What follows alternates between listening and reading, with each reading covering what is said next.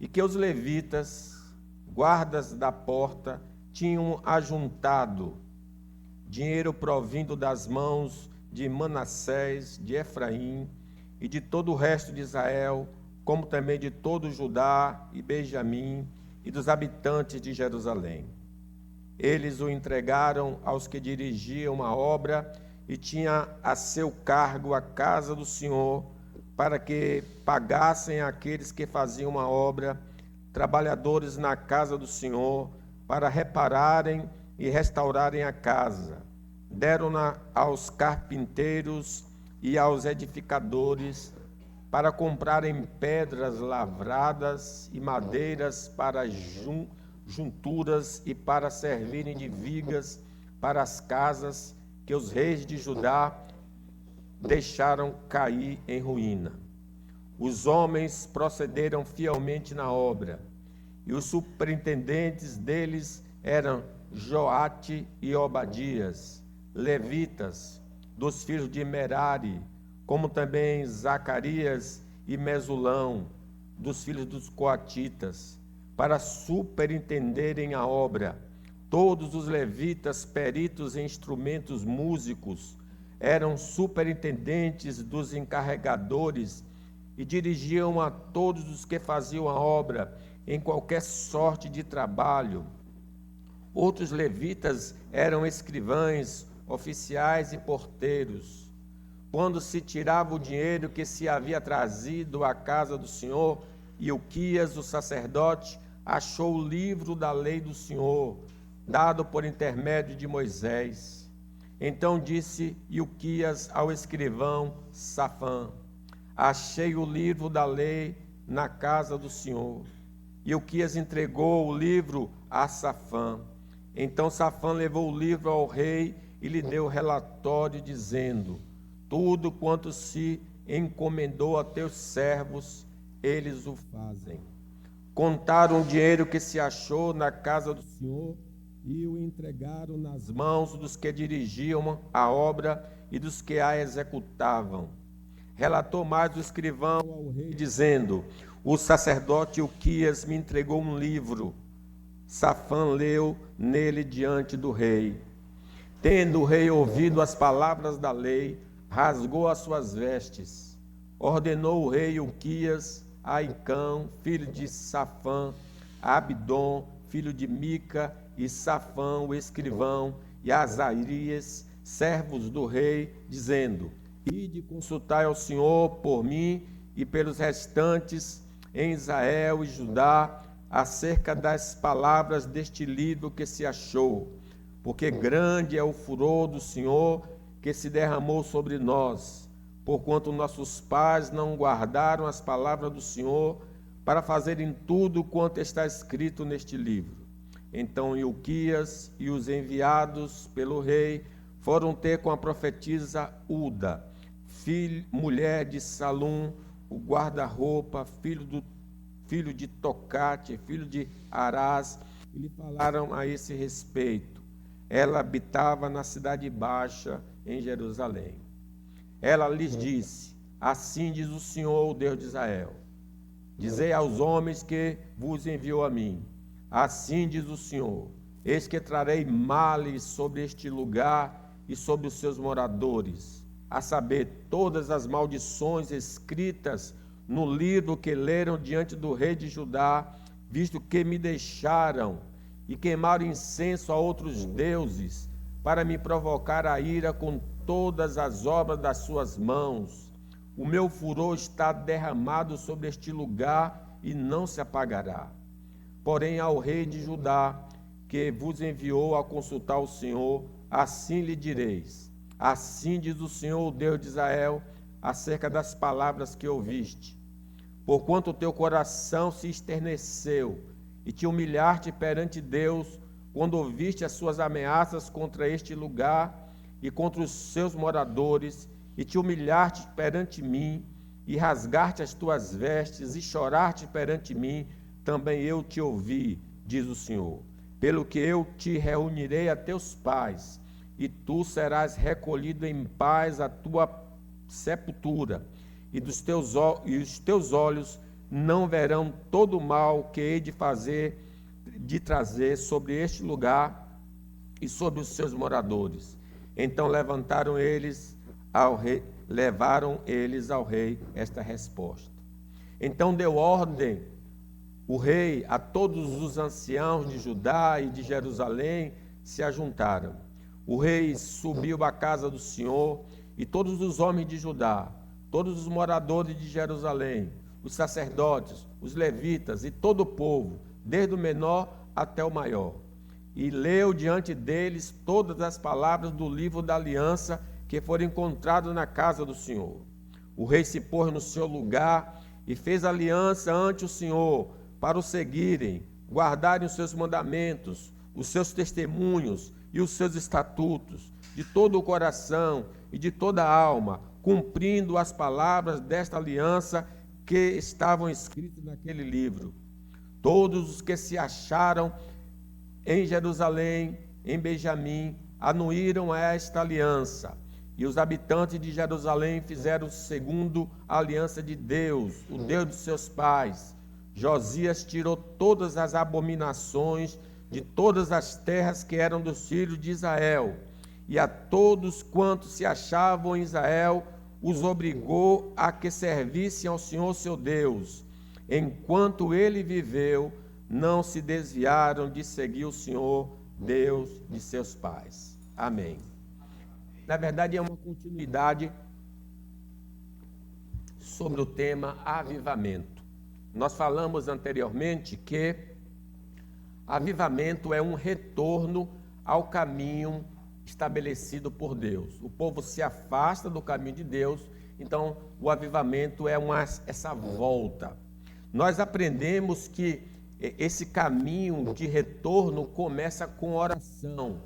Com 16 anos, o rei orou a Deus durante 4 anos, pedindo a Deus graça. E nós aprendemos que é preciso buscar a presença do Senhor. Buscar-me-eis e me achareis quando me buscardes de todo vosso coração. Em seguida, o rei destruiu os ídolos, porque haviam vários ídolos, vários deuses na sua terra, e ele os quebrou. Está escrito: não terás outros deuses diante de mim.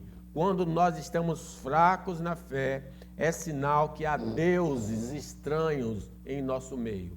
Não estamos confiando no Senhor, estamos confiando em nós mesmos, ou então em algum objeto, em alguma mandinga, de algum feitiço, de alguma crença mundana. E o rei destruiu tudo aquilo que levava a outros deuses.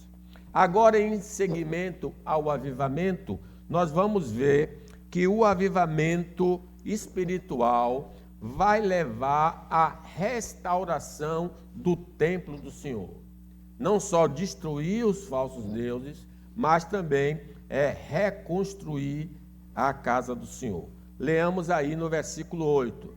No 10º ano do seu reinado, havendo já purificado a terra e a casa, enviou a Safã, filho de Azalias, Maazéias, governador da cidade, e a Joá, filho de Joacás, cronista, para repararem a casa do Senhor, seu Deus.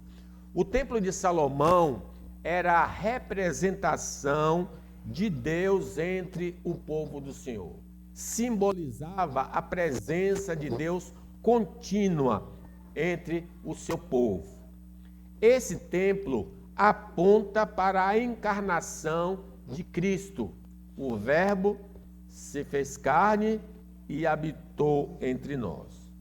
No Novo Testamento, os cristãos são chamados de templo de Deus, diz Paulo aos Coríntios.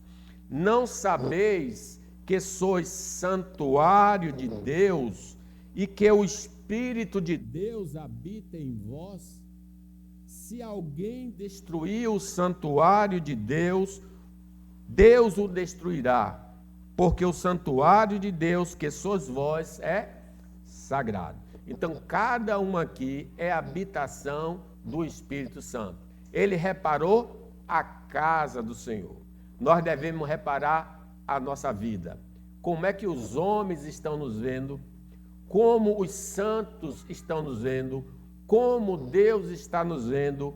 Como nós estamos nos vendo? Nós passamos pela rua e admiramos uma casa e diz: que casa linda!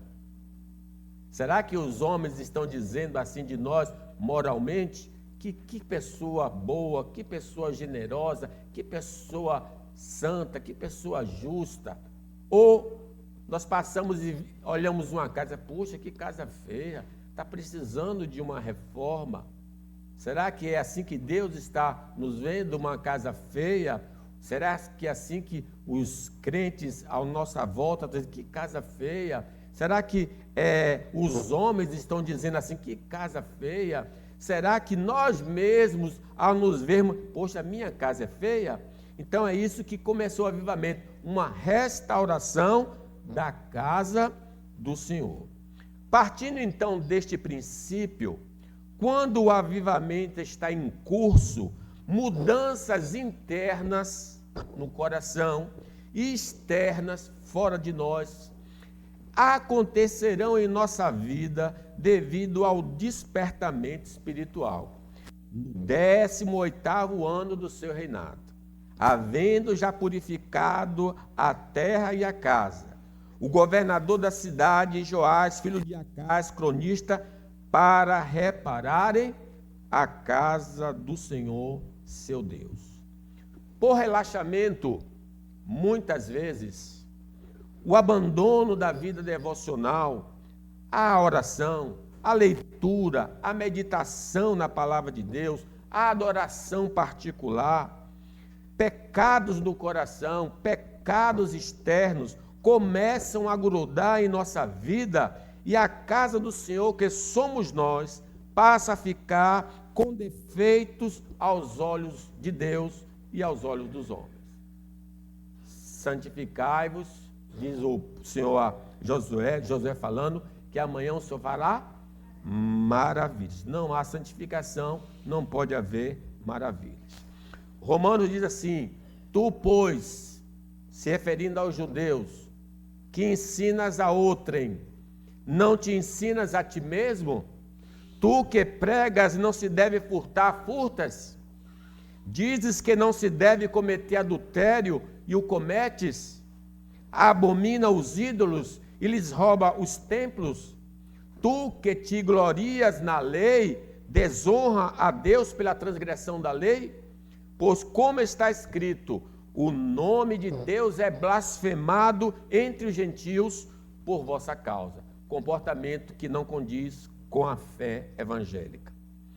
Mas acima de tudo, aos olhos do Senhor, ele fica triste. Não só os homens ridicularizam o evangelho, mas isso entristece o coração de Deus. Muito decepcionado conosco pelo estilo de vida que levamos, certamente ele está irado e vai nos disciplinar. Isaías falando acerca do povo do Senhor. Ai desta nação pecaminosa, povo carregado de iniquidade, raça de malignos, filhos corruptores, abandonaram o Senhor, blasfemaram do Santo de Israel, voltaram para trás, porque há vez de ainda ser feridos, visto que continuais em rebeldia. Toda a cabeça está doente e todo o coração enfermo. Desde a planta do pé até a cabeça, não há nele coisa sã, senão feridas, contusões e chagas inflamadas, umas e outras não espremidas, nem atadas, nem amolecidas com óleo.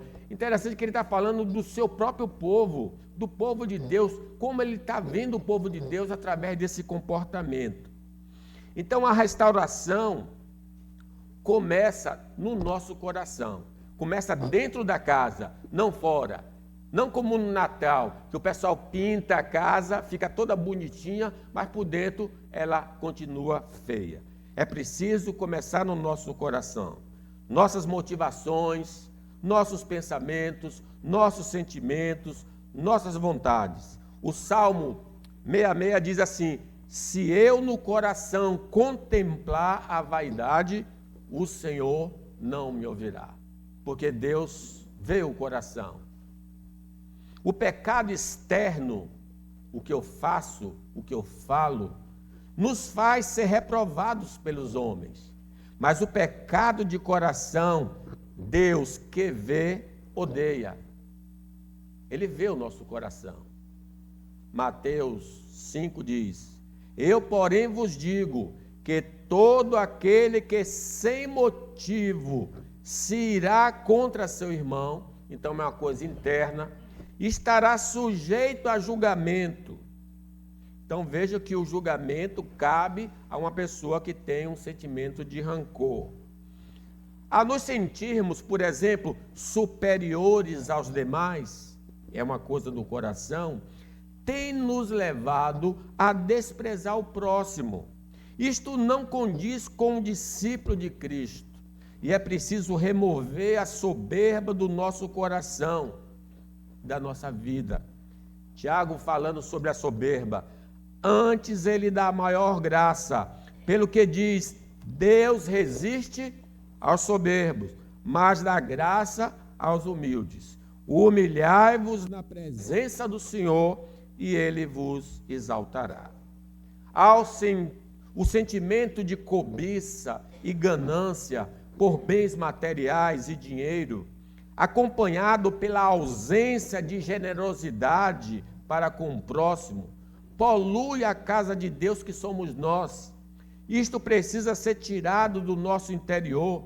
Ninguém pode servir a dois senhores, porque há de aborrecer-se de um e amar o outro, ou se devotará a um e desprezará o outro. Não podeis servir a Deus e as riquezas, a mamon. Desejos pecaminosos sexuais são mais uma teia de aranha que tem de ser tirado do nosso coração como templo do Espírito Santo, para que o fruto dele se manifeste em nossa vida. Diz o Senhor Jesus Cristo: qualquer que olhar para uma mulher com intenção impura no coração, já adulterou com ela. Sentimentos intensos de raiva, de ódio, de rancor, têm abalado nossa comunhão com Deus. E precisamos urgentemente tirar essa sujeira da nossa vida para não sermos levados a cometer violência e vingança. Paulo, escrevendo aos Efésios, diz: longe de vós toda amargura, cólera, ira, gritaria e blasfêmia, bem assim toda a malícia. O sentimento de tristeza e ressentimento pelo sucesso do próximo é outra mancha que precisa ser tirada do nosso interior. Ela demonstra a nossa revolta contra Deus quanto às suas distribuições de talentos e nos levará à murmuração e a prejudicar o nosso semelhante. Lembre de Asaf. Asaf diz: eu tinha inveja dos soberbos ao ver a prosperidade dos ímpios. Chega ele a afirmar: quanto a mim, porém, quase me resvalaram os pés. Pouco faltou para que eu desviasse os meus passos, pois eu invejava os arrogantes ao ver a prosperidade dos perversos. Com efeito, ele afirma: inutilmente conservei puro o coração e lavei as mãos na inocência, pois de contínuo sou afligido e cada manhã castigado. Vejam que é possível um crente ser invejoso pelo sucesso alheio. A indisposição ao trabalho e ao serviço sagrado que existe em nosso interior tem nos levado a padecer necessidades materiais e não há em nós crescimento espiritual. Então precisamos tirar essa coisa de dentro de nós. Provérbios nos adverte: o que trabalha com mão remissa empobrece, mas a mão dos diligentes vem a enriquecer-se. O que ajunta no verão é filho sábio, mas o que dorme na cega é filho que envergonha. Essas e outras imundícies do coração precisam ser varridas da nossa vida. Comecemos a limpeza usando a vassoura da confissão de pecados. Porque diz a Bíblia, se dissermos que não temos pecado, a nós mesmos nos enganamos e a verdade não está em nós. Se confessarmos os nossos pecados, Ele é fiel e justo para nos perdoar os pecados e nos purificar de toda injustiça. Não pode ser uma confissão como a de Adão. Adão, quando Deus perguntou a Adão, você comeu do fruto? Ele disse, a mulher que o Senhor me deu. Quando o Senhor perguntou à mulher, a mulher disse, serpente me enganou. Então não foi confissão, foi uma justificação do erro. Nós devemos fazer como Davi fez. É verdade, ele demorou para fazer essa confissão, 1 ano depois, mais de 1 ano.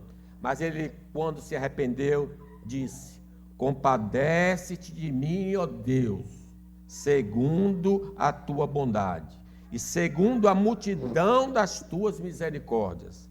Apaga as minhas transgressões, lava-me completamente da minha iniquidade e purifica-me do meu pecado, pois eu conheço as minhas transgressões, o meu pecado está sempre diante de mim. Pequei contra ti somente, e fiz o que é mal perante os teus olhos, de maneira que serás tido por justo no teu falar e puro no teu julgar. A confissão, irmãos, precisa ser seguida do abandono do pecado. Não basta só confessar, porque o provérbio diz, o que encobre as suas transgressões jamais prosperará, mas o que as confessa e deixa alcançará a misericórdia. Seguindo este abandono do pecado, necessitaremos destruir todas as fontes que nutrem o pecado em nossa vida. Paulo escrevendo aos Colossenses, fazei, pois morrer a vossa natureza terrena. Corta toda a fonte que está alimentando o pecado na sua vida. E em sequência, vamos nos alimentar do novo homem. Continua Paulo, portanto, se fostes ressuscitados juntamente com Cristo, buscai as coisas lá do alto, onde Cristo vive assentado à direita de Deus. Pensai nas coisas lá do alto, não nas que são aqui da terra, porque morrestes e a vossa vida está oculta juntamente com Cristo em Deus. Não podemos, irmãos, esquecer de restaurar o nosso comportamento e palavras que revelam a disposição do nosso coração e autenticam o nosso testemunho diante dos homens. Não basta só a limpeza de coração. A bem-aventurança diz, bem-aventurados os limpos de coração, porque verão a Deus. Eu limpo o coração, mas eu preciso limpar também o exterior. Eu preciso consertar o que eu ando fazendo, o que eu ando falando. Mateus diz assim, toda árvore boa produz bons frutos, se é o coração limpo. Porém, a árvore má produz frutos maus. Não pode a árvore boa produzir frutos maus, nem a árvore má produzir frutos bons. Toda árvore que não produz bom fruto é cortada e lançada ao fogo. Assim, pois, pelos seus frutos os conhecereis. Será, irmãos, então, um trabalho penoso, árduo, remover pecados do nosso viver diário. Não é uma coisa fácil, não. Mas não estaremos sós nesse empreendimento. Contaremos com a ajuda divina dos santos nessa reforma espiritual. Diz o texto sagrado 9, foram a Ilquias, sumo sacerdote, entregaram o dinheiro que se tinha trazido à casa de Deus e que os levitas, guardas da porta, tinham ajuntado. dinheiro provindo das mãos de Manassés, de Efraim e de todo o resto de Israel, como também de todo Judá e Benjamim e dos habitantes de Jerusalém. Eles o entregaram aos que dirigiam a obra e tinham ao seu cargo a casa do Senhor, para que pagassem aqueles que faziam a obra, trabalhadores na casa de Deus. Há todo um conjunto de trabalhadores envolvidos na restauração, para restaurarem, para repararem e restaurarem a casa. Irmãos, temos nos céus a intercessão de Cristo, na terra o auxílio do Espírito Santo e a graça do Pai Celestial para alcançarmos a pureza. Jesus intercedendo por nós, o Espírito nos ajudando e intercedendo por nós, e o próprio Pai agindo, nós vamos reparar a nossa casa. Amém? Além disto, todos os santos, ainda que não nos conheçamos pessoalmente, têm orado por nós para o nosso crescimento em graça. Sim, crentes do outro lado do mundo oram pelos crentes, pedindo a Deus avivamento espiritual. Aviva, Senhor, a tua obra. Mas temos, irmãos, que pagar um preço, cooperando com a Trindade, orando, meditando e obedecendo a cada ordenança encontrada na palavra de Deus.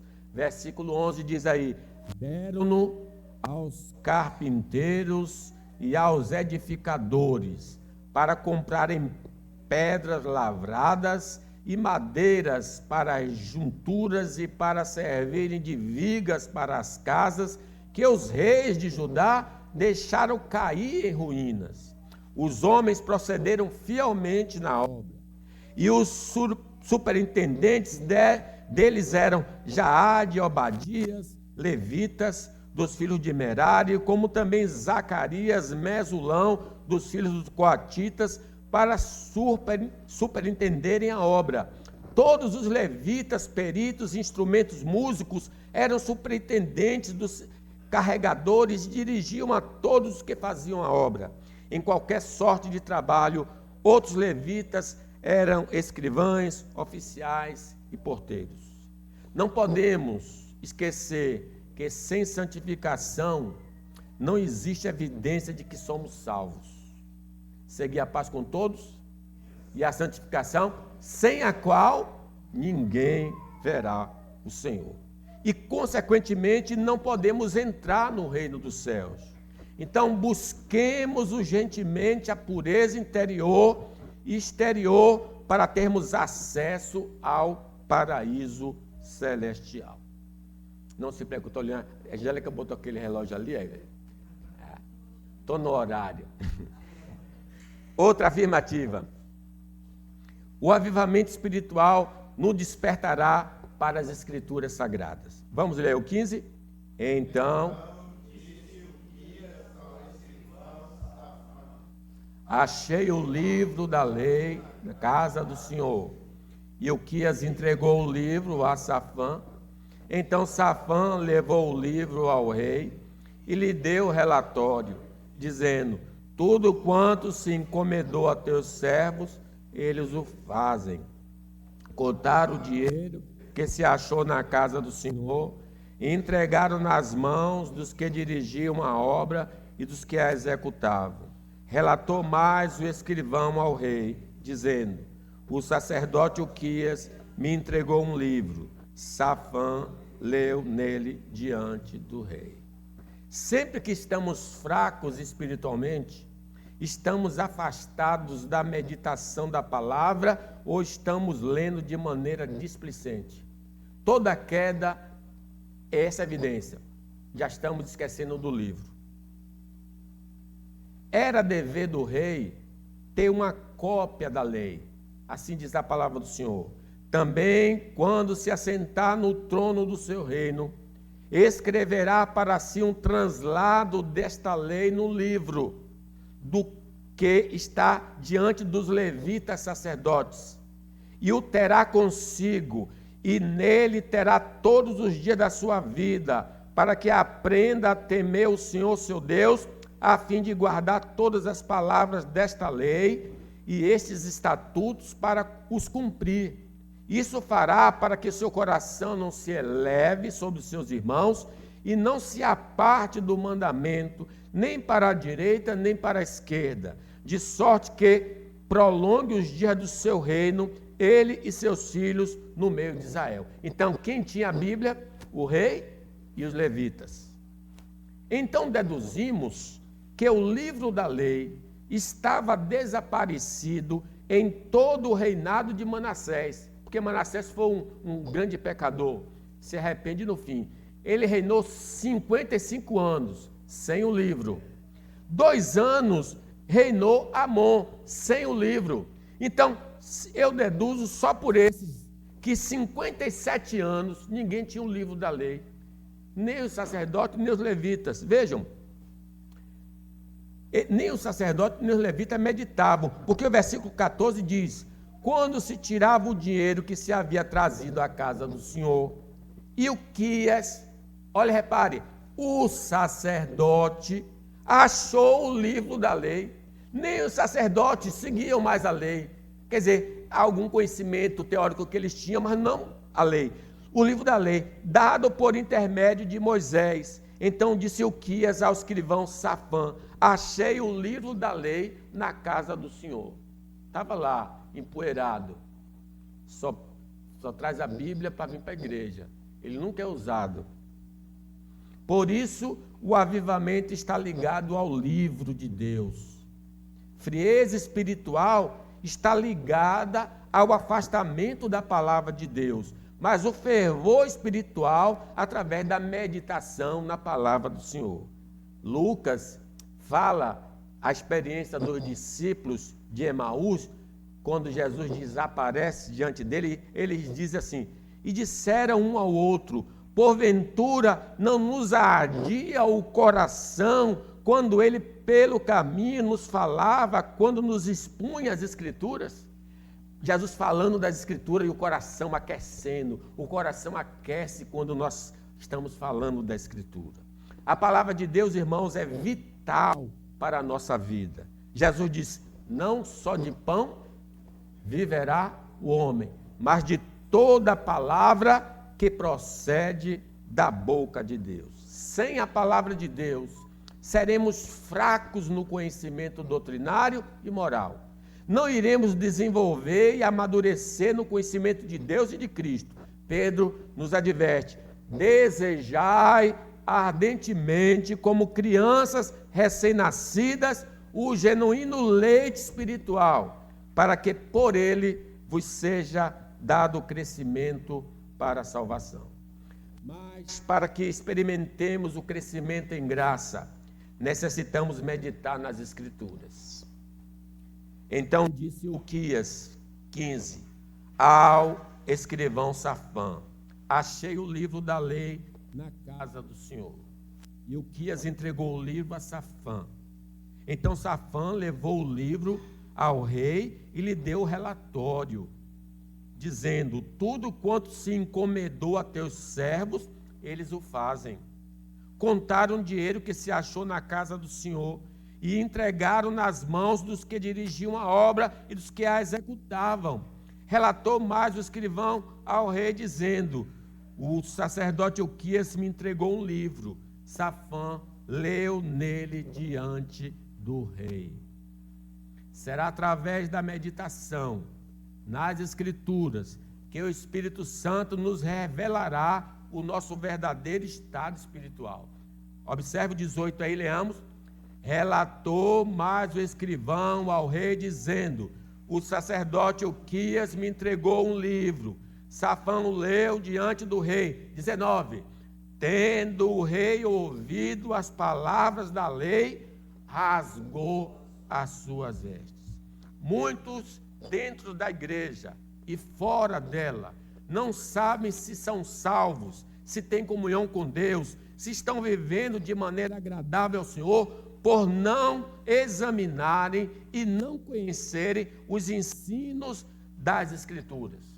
Errais vós, não conhecendo as Escrituras. Quando o rei ouviu a leitura, rasgou as suas vestes. Tendo o rei ouvido as palavras da lei, 19, rasgou as suas vestes.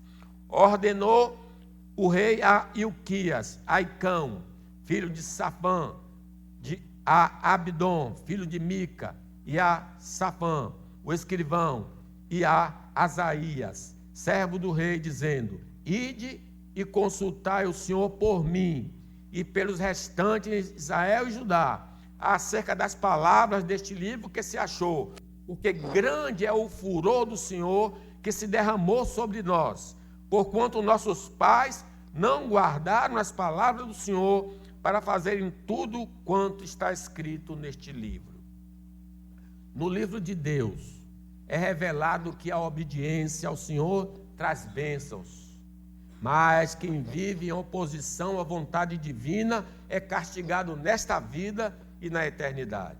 Versículo 23, ela lhes disse, assim, vamos ler aí então, 23:4, assim diz o Senhor, o Deus de Israel, dizei ao homem que vos enviou a mim, assim diz o Senhor, eis que trarei males sobre este lugar e sobre os seus moradores, a saber, todas as maldições escritas no livro que leram diante do rei de Judá, visto que me deixaram e queimaram incenso a outros deuses, para me provocarem a ira com todas as obras das suas mãos.